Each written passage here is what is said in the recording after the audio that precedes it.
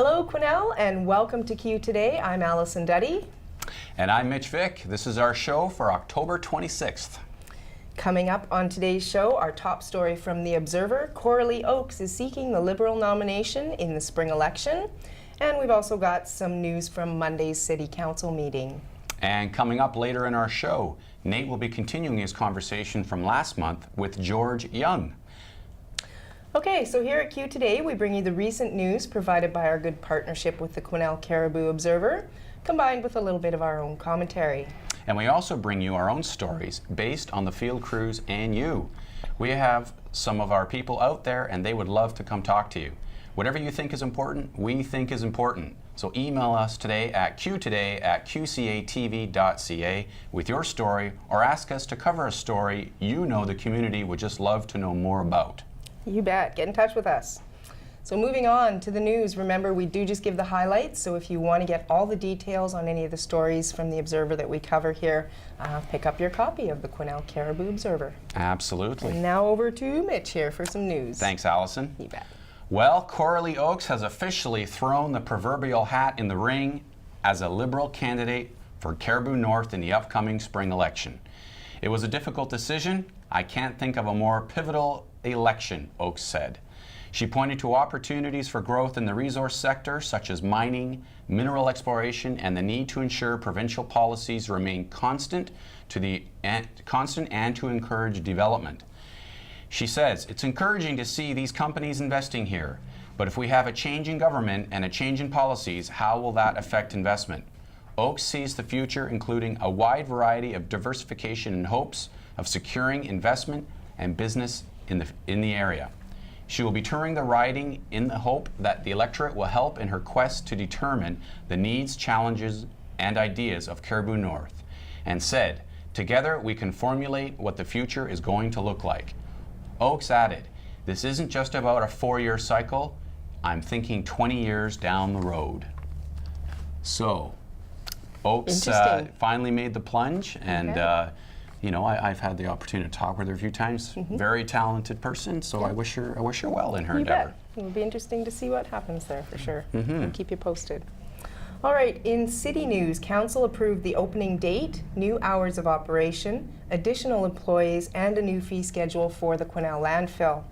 The new entrance and weigh scales will open in test mode on November 28th. The scales will be in use from 8 a.m. to 6 p.m. 7 days a week, closed Christmas and New Year's Day.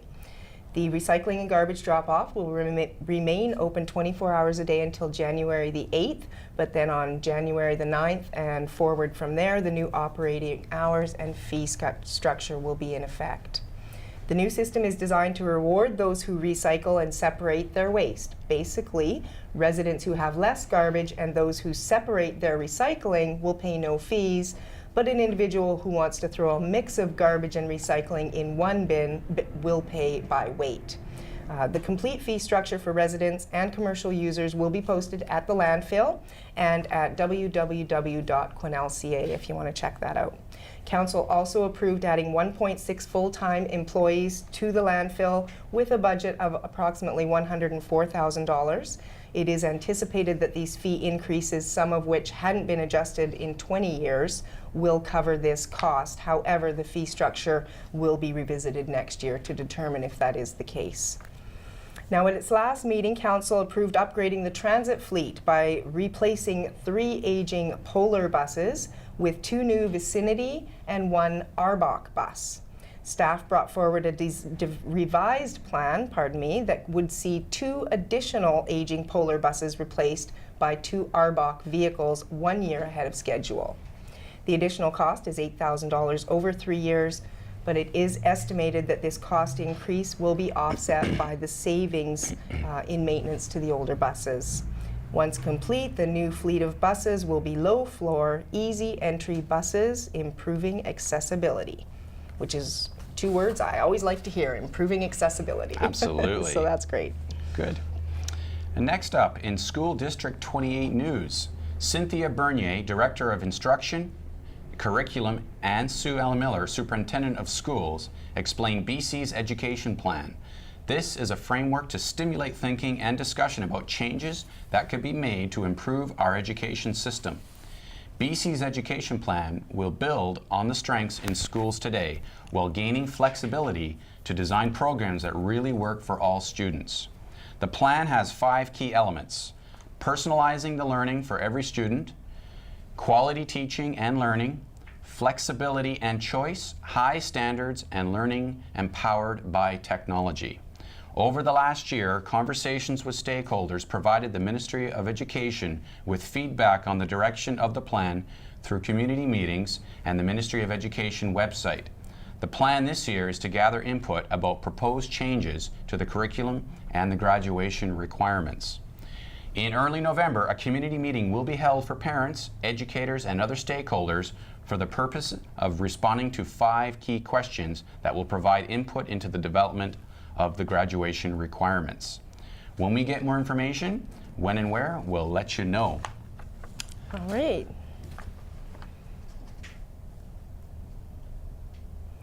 So for some, taking pictures is a way to capture a moment in life, but for others, photography is a form of personal expression, a craft to be honed, much more than a record of an event or a person. Northern Persona's Tina Kazimer, a seasoned professional photographer, offers a class, Image Expressions, to help students at all levels of photography advance their skills and develop their own personal expression through the lens of their camera.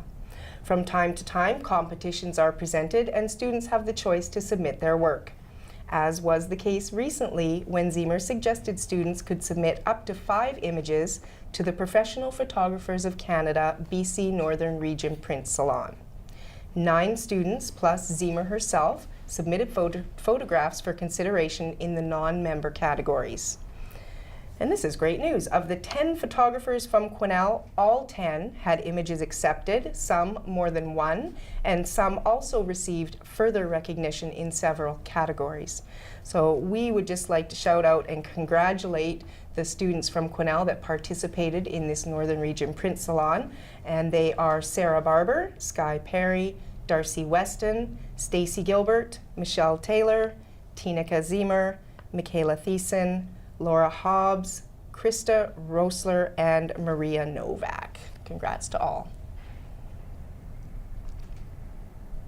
And moving on into sports, in Roos news, a hard second period in last Saturday's road game against the Williams Lake Stampeders buried the Roos. Shall we say, a little bit of a defensive meltdown. The trouble in the second began with a couple hard penalties which cost the Roos 2 defensemen they couldn't afford to lose. Despite coming back and outscoring the Stampeders in the third period, the Roos lost the game 8-5. That's too bad. They had a couple of home games this weekend. Saturday at 7:30 they take on the Smithers Steelheads, and Sunday at 1 they go up against the Houston Luckies. So hopefully their fortunes turn around. And home crowds, and they've had a history. The first home games, they had like over 800 fans. So it's amazing. Maybe with all those fans behind them, they'll pull it out this weekend. Yeah.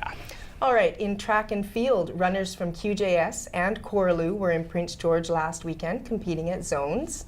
4 QJS runners, Grace McTaggart, Kira Tietzen, Dylan Cathcart, and Brennan Schwartz, along with 3 Coralee runners, Katrina McLean, Laura Dunn, and Conrad Tietzen, will head back up to Prince George on November the 3rd to take part in provincials.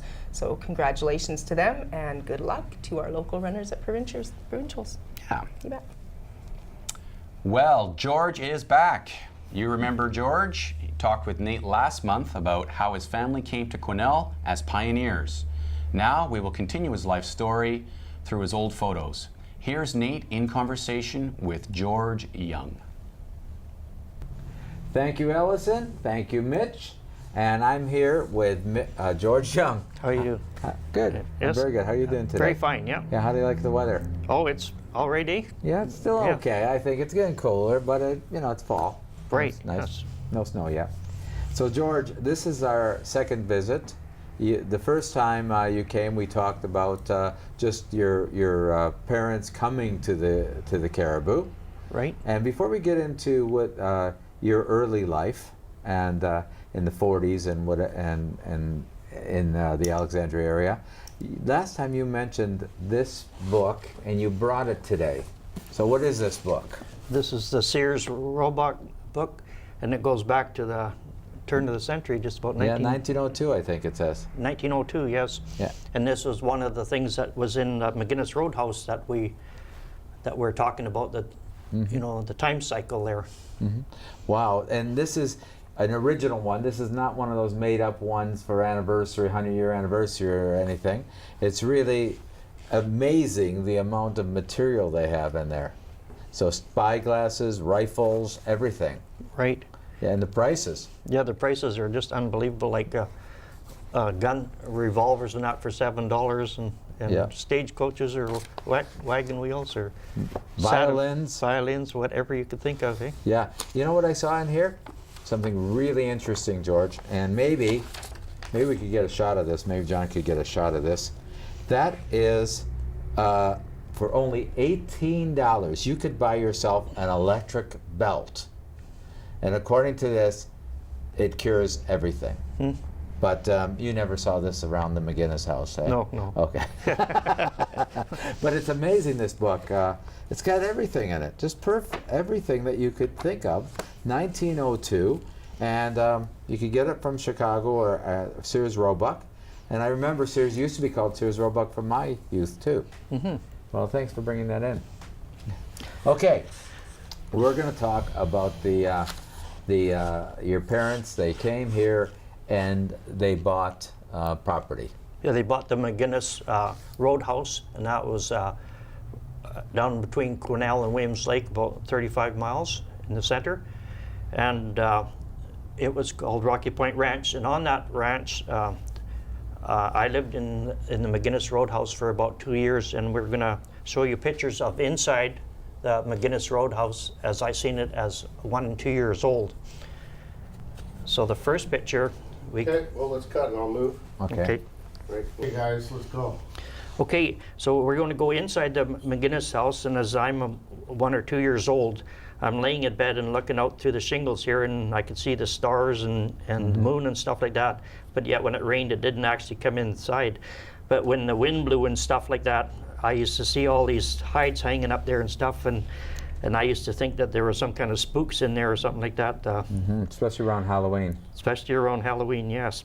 Now down below that place, if we looked over on this side right here, there's a building in the background here, and this is it here that probably nobody's ever seen before.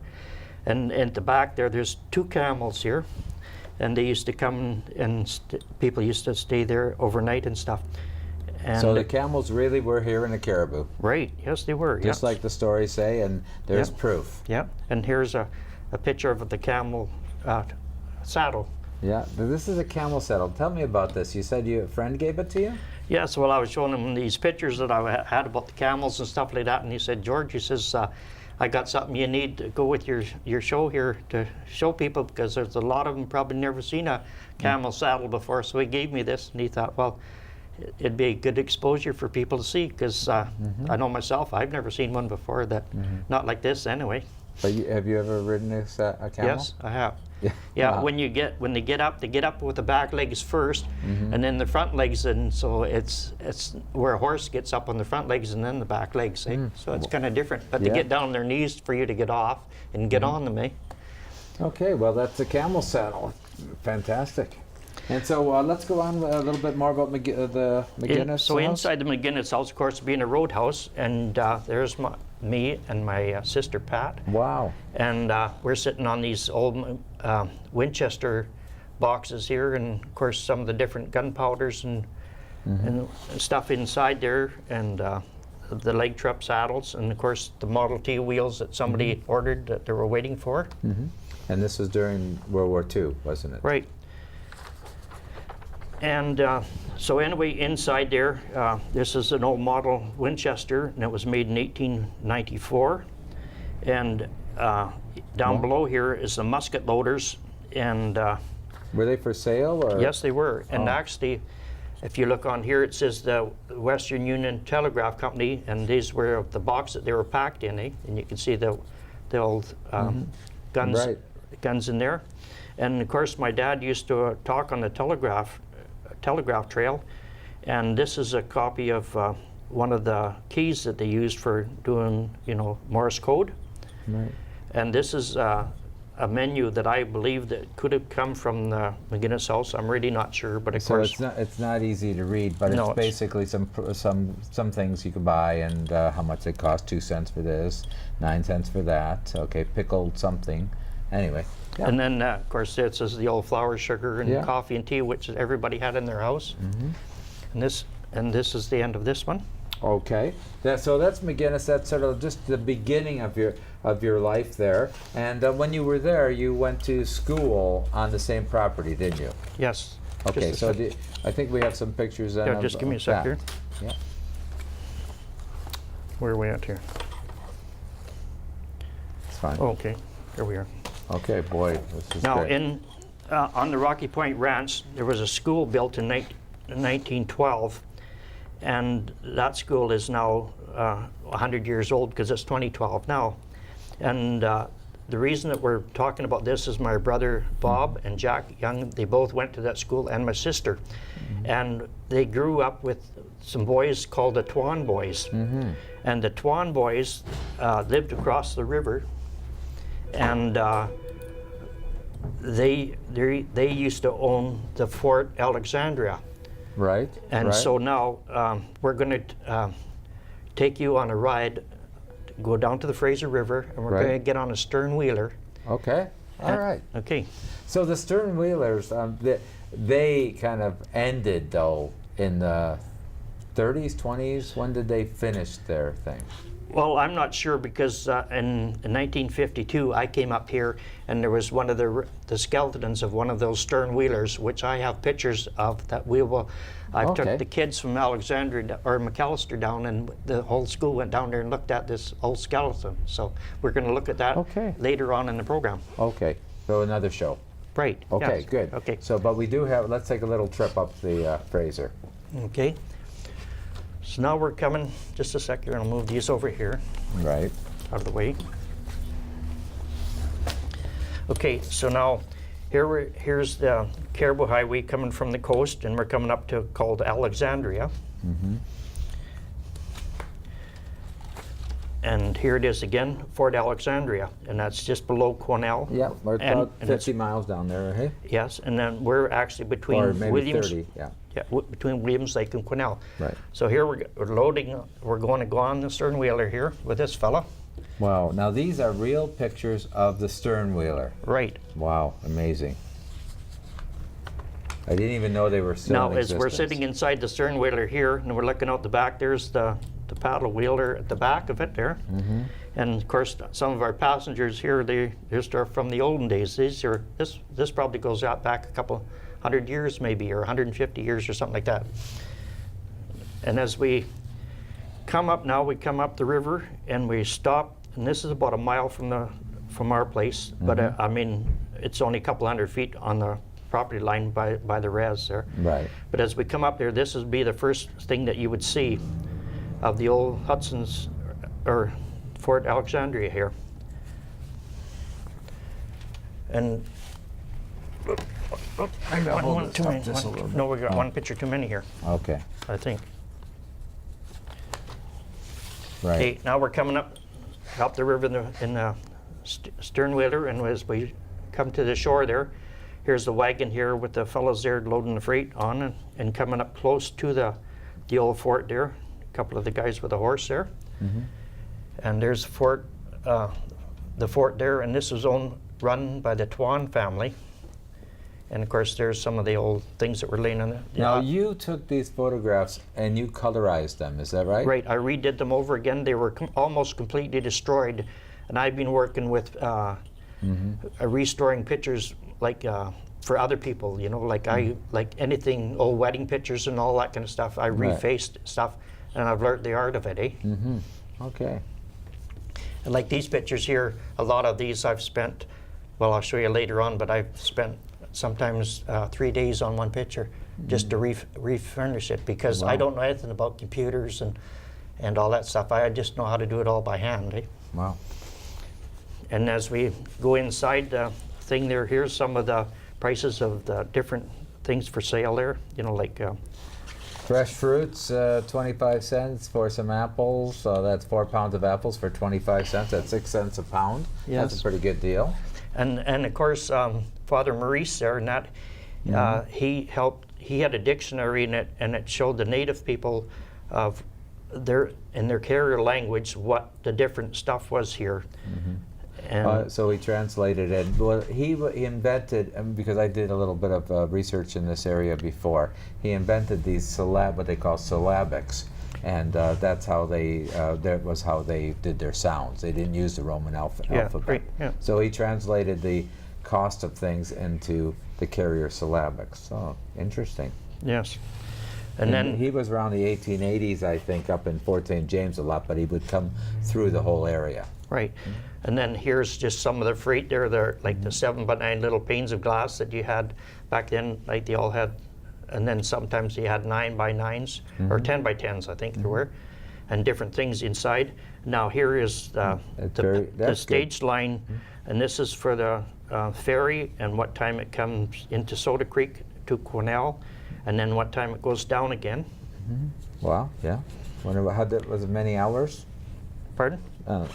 Could it actually say how many hours on it? Sorry, John, but we'll just look here a little bit. Oh, I can't see it offhand. Leaves. The walk at 8 oh, can't tell. Sorry about that, but it was a little bit of time. It wasn't like half an hour like now. Great. Now this one here is a reproduced picture that I've done, and this is Fort Alexandria, and this is in some of the books that people have talked about. This is the picture, but it doesn't look anything like that. I've got the only one that's in full color like that. So that's really a That picture there, that I've is worked on that. the fort. Yeah, Yes. that fort. Yeah. And this picture down below is my mom and dad's dad and mom, and the Standals here, and then my grandfather's. And this picture was taken in about 1921, and they worked with the Twans because we had the place across the river and stuff. And so my parents came over there, and this was the last picture taken before this place was torn down. And so you were really part of that community. In fact, your dad Yes. left a lasting legacy, didn't he? Yes, he did. And then as we go down, as we're standing at the fort and we're looking across the river, this is the reserve across the river there, and And the church that's still there. and it's You still can there. see Yes. the church, yeah. Yes. And these two people here. This is Joe Bushy, and he and his wife Anjigit, or I'm not sure the name now. Okay. Can't think of it. But anyway, he was the chief on this reserve there, and he was the one that's the last chief to shoot the one on the Chillicotin natives right from across the river. He was on a sandbar, and the Chillicotin chief came down and stood on the edge of the bank, and he shot him, and that was where everything started to settle down, because They wanted to have peace after they wanted that. to have peace after that. Yes. Okay. And your dad, what about the cairn? Okay, my dad is, well, I can show you in later pictures when we go up there, but my dad built this monument here. Right. And he built the one at Soda Creek, and he built a couple going down to the coast there, and I think that he was even involved in the one here at the end of the bridge. And the monument was for Fort Alexandria, Fort Alexandria, yes. and that's as far south as I think Alexander Mackenzie got. Right. Before he turned around and went up the Blackwater to get to the coast. But when that fort was in existence there was Yeah. no road to Quesnel. They had to take a stern whaler from the fort Right. up to Quesnel. That was the easiest road. There was actually no road after that time. Okay, guys, let's pick it up there. Well, George, this is a good place to stop with the cairn that your dad built. Fantastic. But just before we go, who owns the property now? What happened after you left the property? Well, about 1962, we sold the property to Ronnie Moffat, and Ronnie Moffat had it for a few years, I'm not sure. And then after that, he sold it to the Gundersons, and after the Gundersons bought it, Weebs own it today. So So today it's a Weeb's property now, but Right. it goes back to being the McGinnis Roadhouse You're right. a long time ago. And so if you happen to go from Quesnel down to Williams Lake, you'll come to a place when you'll come down this big hill and there's a bunch of irrigation pipes on the right-hand side. Right. And of course, on the left-hand side is a big mountain there called Rocky Point, and it's got big pillars of rock going up and down, and it's in the museum in Victoria, one of these pillars, because it's the other half of it is probably 200 or 300 miles down in the Chillicothe there, Right. when the ice came through. Oh, oh yes, right. Well, thanks for being with us. Next time we're going to talk about your life in New Westminster. Right, yes. Well, anyway, we moved down to New Westminster, and like I said, when I was 7 years old, I'm sitting in a great big 3-ton truck, and we're heading back to the Cariboo, to this ranch here that I've heard about and seen pictures of, and we'll pick it up there. right. Okay. So we're going to see it as we would back in 1952, all the way through the Fraser Canyon and all that stuff. Okay. Yeah. Well, thank you very much, George. Thank you very much. This is really Yes. enjoyable. And I want to thank the Métis Association for helping me make this whole possible too. Oh, that's great. They supported you quite a bit in this. 100%, yes. Okay. Yes. Thanks very much, and back to Allison and Mitch. That was fantastic, wasn't it, Mitch? It was. He did a great job restoring some of those photographs also. It was, and what a great contribution to the local history here. For sure. It's Yeah. always fascinating to learn a little bit about our past here in the Cariboo. I for agree, sure. totally. All right, so moving along now, we're going to have a quick look at what's happening with our community calendar.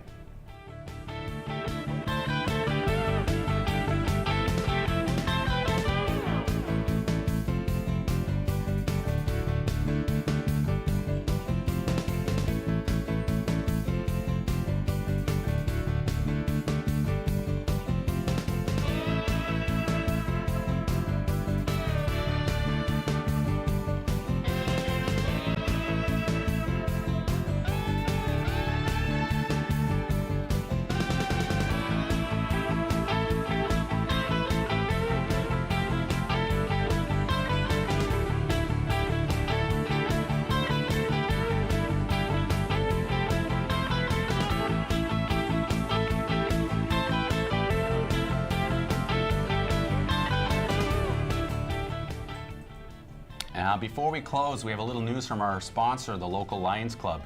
Be sure to get your ticket for a chance to win a 5-minute shopping spree at Save On Foods. Tickets are only $5. I know they're going fast. I've sold quite a few myself. And of course, they are available at Save On or Kmax. The draw for the winner of the shopping spree will be held at 2 p.m. on December 8th at Maple Park Mall. And then the shopping spree itself will be held on December 18th at 8 a.m. And just a little explanation on the shopping spree. So it's 5 minutes.